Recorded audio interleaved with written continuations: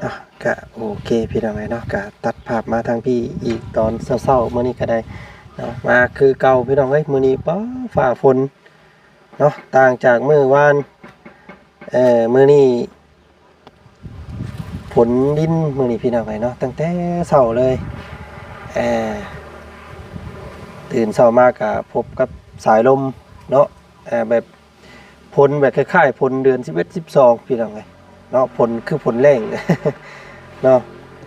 จมว่าแห้งแล้งเมื่อวานนี้มื้อนี้เพราะว่าฝนมาแล้วพี่น้องเนาะโอ้ยซุ่มเย็นอากาศดีเด้อพี่น้องเด้อเนาะ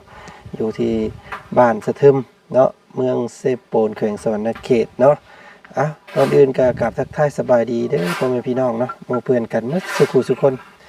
เจอกันครับบ่าวจันทร์อีกคือเก่าพี่น้องมื้อนี้พอกันมื้อนี้ก็มาอัปเดตงานสร้างเพิ่นพี่น้องเนาะป้าจักเอียงและพ่อมื้อนี้พี่น้องสบายดีน้องเนาะสบายดีได้เอียงเนาะสู่เพิ่นกินมื้อนี้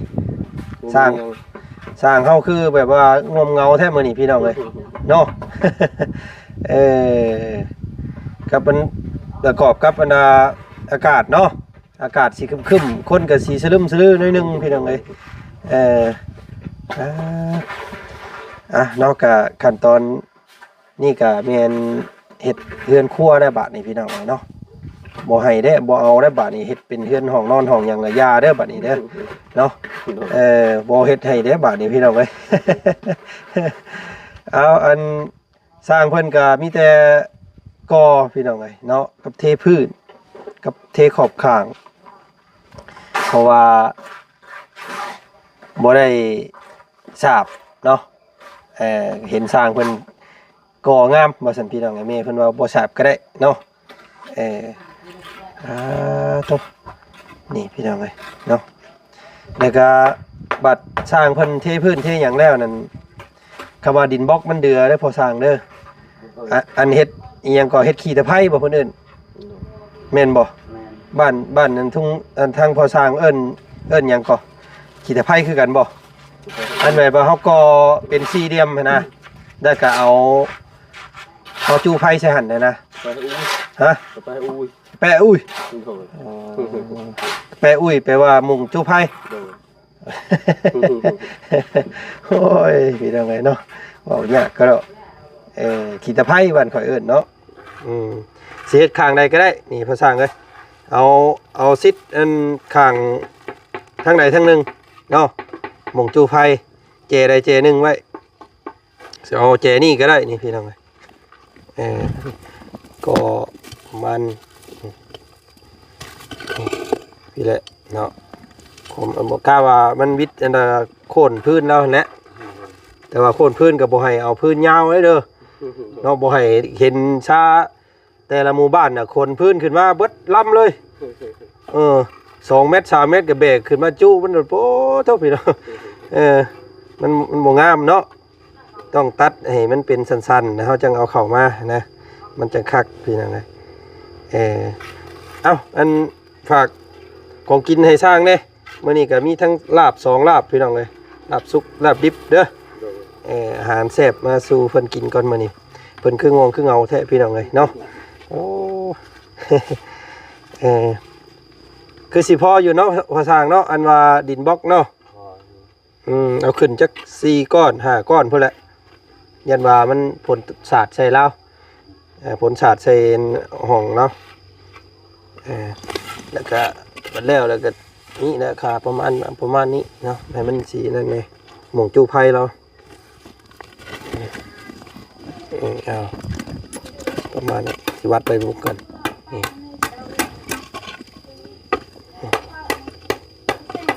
ก็ขึ้นชื่อเลยอันก็เรียงกันชื่อเลยให้ตะโลเอาดินเข้าเนาะแล้วก็จุอยู่หั่นเทไม่ได้ออมนี่เนาะแม่นตัวนี้มันเอาดินทั้งนอกเนาะเอาดินไปสิเดี๋ยวเข้าตบให้มันเพียงกับจุไผใส่คือนั่นแหละก็อันยับออกอีกก็ได้คำว่านั่นก็ได้ยันมามันน้อยยันเราเอาด้วนพื้นใส่บุวิตเนาะยับออกมาสิก็ได้ยับมาพี่ก็ได้ข้าวว่าจุไผได้เห็นแล้วเนาะ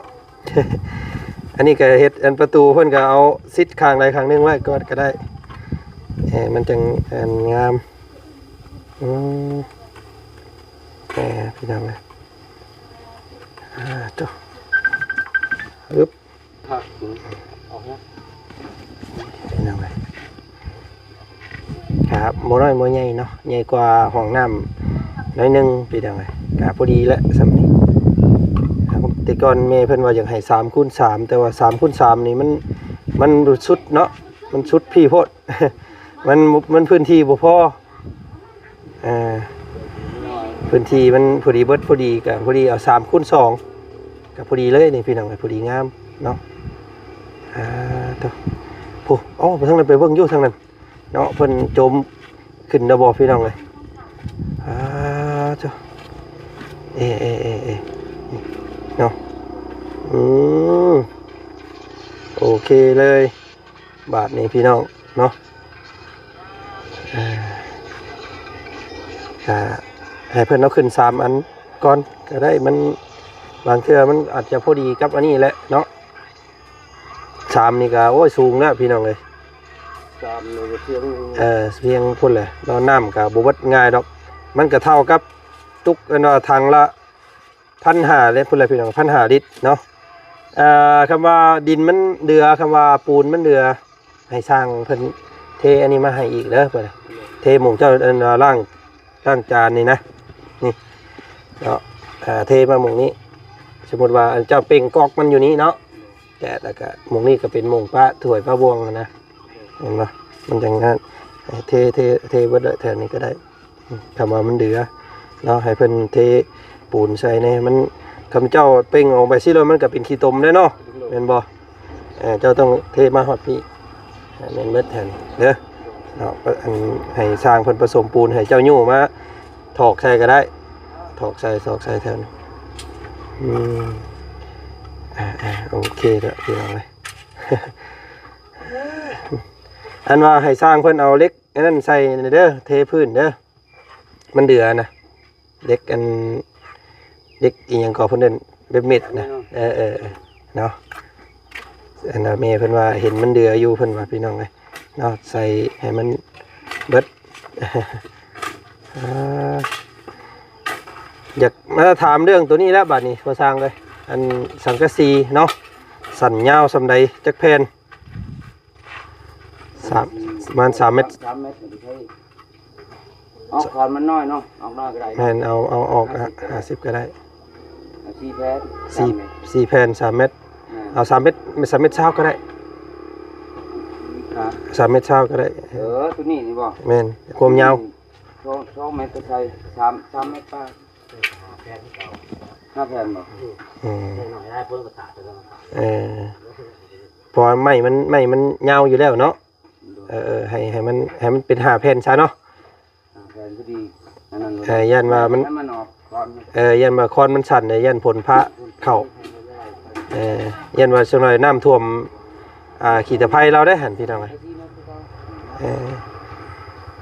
ถ้าว่านั่นก็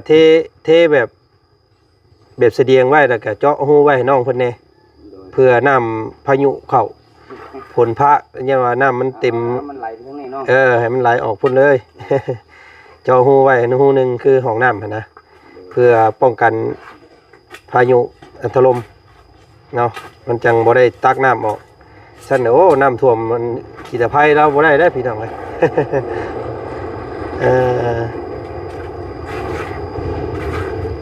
ความจริงว่าแม่เพิ่นว่าอยากให้ใส่ซีตัวนั้นพี่น้องแต่ว่ามันคุ้งเนาะคุ้งใส่คาคุ้งใส่คาก็ได้แต่3เอาไปซีเอาแบ่งไปพ่นเด้อแม่เนาะ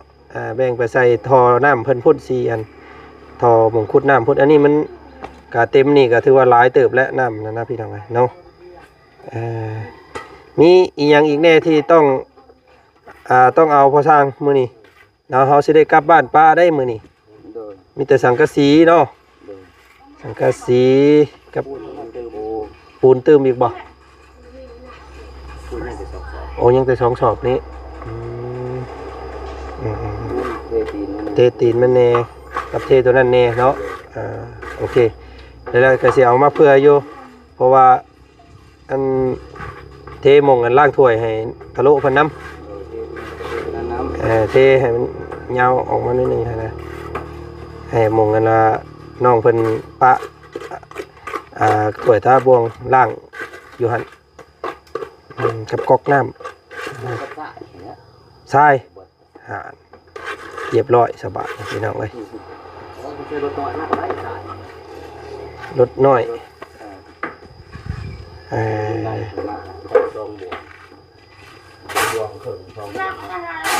สองบวงกับ2 เม็ดก้อนนั่นแหละเนาะบวงนึงเนาะบ่พอได้สักพี่น้องเลยเนาะ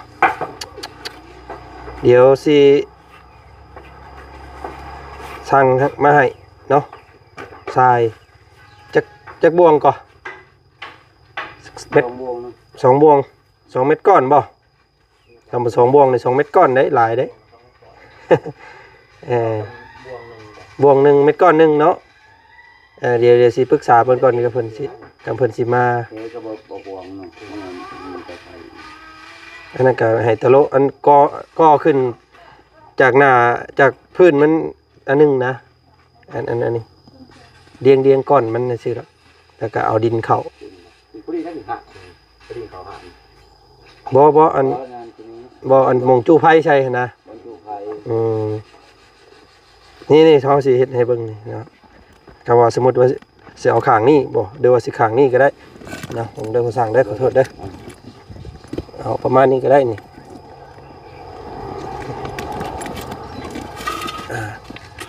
นี่อันนี้ก็ได้2 ก้อนเนาะใส่2 ก้อนแล้วก็ให้ตะโลเพิ่นเอาดินเข้านะดินตบให้เพียงแล้วก็จูไผชนิดเนาะมีแต่นี้ก็มีแต่สาบยังให้เพิ่นนั่นแหละเนาะจากขึ้นหน้าดินเอาข้างนี้ก็ได้เจ้ามาข้างไหนเนาะจูไผข้างนี้ได้เนาะข้างนี้ก็ได้มันแถวนี้มันอย่ามาอยู่ทางหน้าบ้านโพดเอาไว้ข้างทางห้องน้ำคือกันประตูให้เข้าทางนี้ทรายบ่พอพี่น้องก็สิได้แจ้งทางแม่เพิ่นไปใหม่อีกสั่นเนาะดินทรายสังกะสี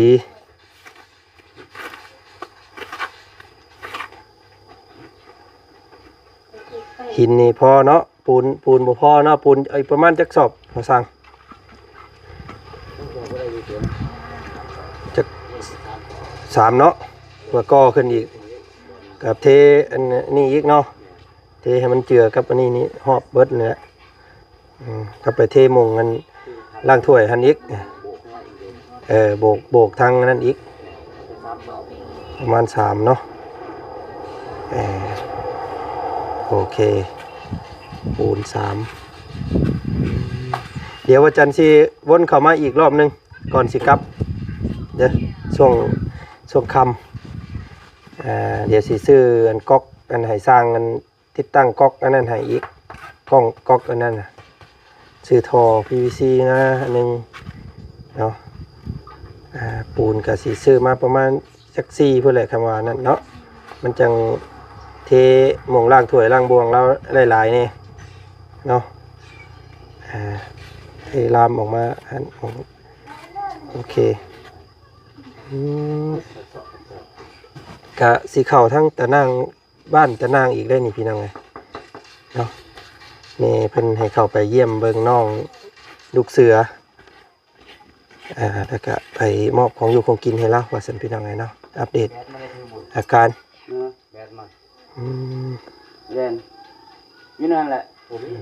บ่อยู่นำกันกับอย่างงามเลยแหละพี่น้องไงเนาะบ้านสมบูรณ์แบบจักนั่นแหละมีหม่องอันหนึ่งเขาเฮ็ดอยู่เฮ็ดกินมีแท่งน้ำเก็บไว้เนาะมีห้องน้ำมีห้องนอนทั้งลุมอีกพี่น้องไงแล้วก็ถือว่าโอ้เนาะสมบูรณ์แบบสันซะงดงามเลยบ้านหลังนี้ เนาะแต่กี้แม่เพิ่นว่าอยากให้เฮ็ดธรรมดาอันนี้พี่น้องไง เนาะว่าสิให้ตะโลเพิ่นเอาเสาแล้วก็ตอกสังกะสีใส่พอได้เห็นจุพื้นใส่ซื่อๆจุไฟใส่ซื่อๆเนาะแต่ว่าแม่เพิ่นว่าโอ้นี่ได้เฮ็ดแล้วก็เฮ็ดให้มันงามไปเลยซะว่าซั่นเนาะให้มันเน้นหนาไปเลยเป็นหม่องเก็บถ้วยเก็บบ่วงเลยว่าซั่นพี่น้องก็ออกมาในรูปร่างแบบนี้เนาะก็สรุปแล้วก็ตันเฮือนเลยพี่น้องเอ้ยเนาะแต่บ่เป็นหยังเนาะตะโลเนาะมันจังบ่แดดมันจังห่มอยู่ตารางจังบ่ห่มเลยนะบาดนี่นั่งอยู่ตารางนี่เย็นเบิดมื้อเลยบ่มีแดดเด้อพี่น้องเอ้ยเนาะคักโอ้เฮ็ดให้เฮือนเฮ็ดให้คักได้ยันแต่ตะโลบ่ไปเฮ็ดเวียกเฮ็ดงานนั่นแหละเนาะยันสินอนเผาแต่เฮือนนั่นแหละบาดนี่บ่ได้แบบนั้นเด้อเนาะก็ขยันเฮ็ดเวียกเฮ็ดงานคือเก่านั่นแหละเนาะเฮงขยันและพี่น้องให้เฮาได้เฮือนงามได้เฮาต้องรักษาเฮาต้องซื้อสิ่งที่สวยงามมาใส่เนาะรู้มันคือเก่าเด้อเนาะไปซื้อสิ่งของอยากได้หยังเข้าเฮือนนั่นแหละพี่น้องเนาะเป็นเสื้อเป็นผ้าเป็นแพรเป็นสิ่งที่จำเป็นในครัวเรือนนั่นแหละเนาะบ่ให้ได้คิดว่าหาแต่มื้อเดียวกินมื้อนึงเบิดน่ะพอบ่เอาได้เนาะคิดเห็นลูกเขาแหละเนาะเฮานี่บ่เป็นหยังดอกมันครึ่งท่อนแล้วซุมเฮานะจังได๋ก็ได้จากไปก็คิดถึงลูกเต้าเฮานั่นแหละเนาะเพิ่นสิอยู่ในใดคือสมมุติว่าคือเจ้านี่แหละคือเห็นเจ้าเองนะแบบพ่อแม่เจ้าจากไปปะแบบนี้มันลำบากสำใดนะเนาะเพราะว่าพ่อแม่เพิ่นแต่เพิ่นก่อนสิจากไปแล้วเพิ่นก็บ่ได้มั่งมีเนาะพี่น้องเนาะเรือนซ่านก็ยังบ่สมบูรณ์ลำบากไปซี่แหละบ่มีพ่อเสียไปแล้วก็บ่มีคิดขอดไปก็คิดเพื่อตัวนั้นแน่แหละคิดว่าคิดเห็นสภาพตอนเฮาพ่อเฮาจากป้าเฮาไปก็ว่าเฮาจากลูกไปก็ให้มันสมบูรณ์แบบเนาะพี่น้องเนาะพวกลูกเพิ่นจังสบายว่าซั่นซะ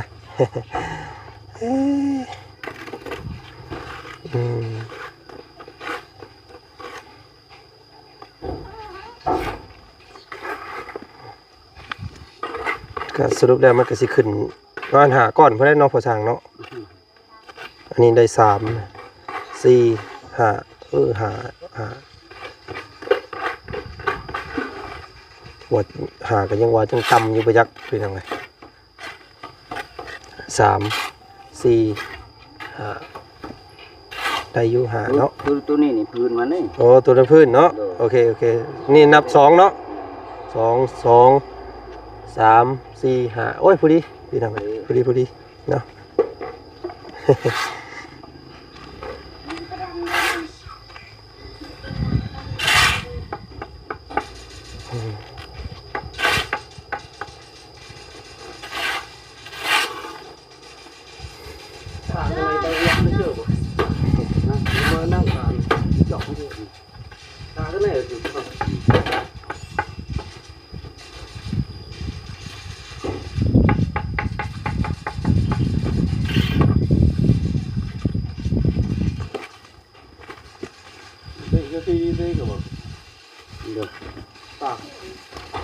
นี่นะตะรูเลย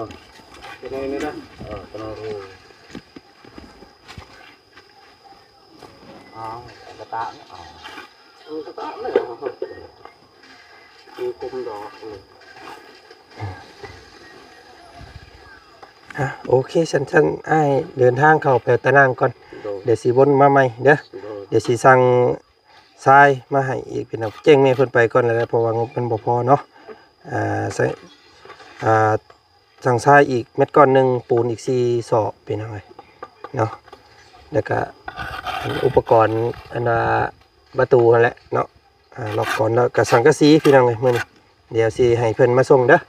โอเคเดินทางไปนั่นก่อนพี่น้องเนาะเพราะว่ามันใส่ปูนหลายอยู่เพราะว่าต้องได้สาบแทงน้ำหยิบเนาะ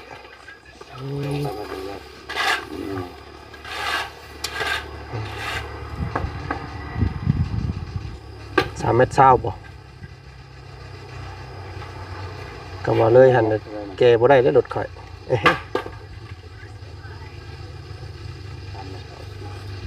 จำไม่เก่าสิ ยาวใช่เนาะแก่บ่ได้เด้ย่นเขาอีกหน้อยหนึงได้บ่ เราเข้ามาส่ง มันเขาบ่มาส่งเด้มันหน่อยนะ บ่ได้มีก่ายพร้อมเลย อืม ใช่กับรถมันใส่กับรถเขา เดี๋ยวไปถามมึงก่อนเอา4 เมตร20บ่4อัน3 เมตร 3 เมตรเก่า 3 เมตร 90 3 เมตรเก่าสิ อืมให้มันเตยแน่เนาะมันบังนะเนี่ยผมว่า มันก็พอดีจอด ต้องตีคือมันตกมาแทนมันตายไปเลยตกมาใส่ฟรีเว้ย พอดีมันต่ำให้มันสิสาดใส่เฮือนเนาะแม่นแหละ ที่เวทที่คือเนาะ พอดีออกมาพอดีฝนตกลงมาพอดีถึกกันว่าสายคาตัวนี้ต่อลงพี่เลยเนาะที่เวทจะได้ เออ มันยึดเดินแต่ตายจนตายเลย เออ ตกมาใส่มันเตือนมาใส่พอดีโป่งเขาเลย เออ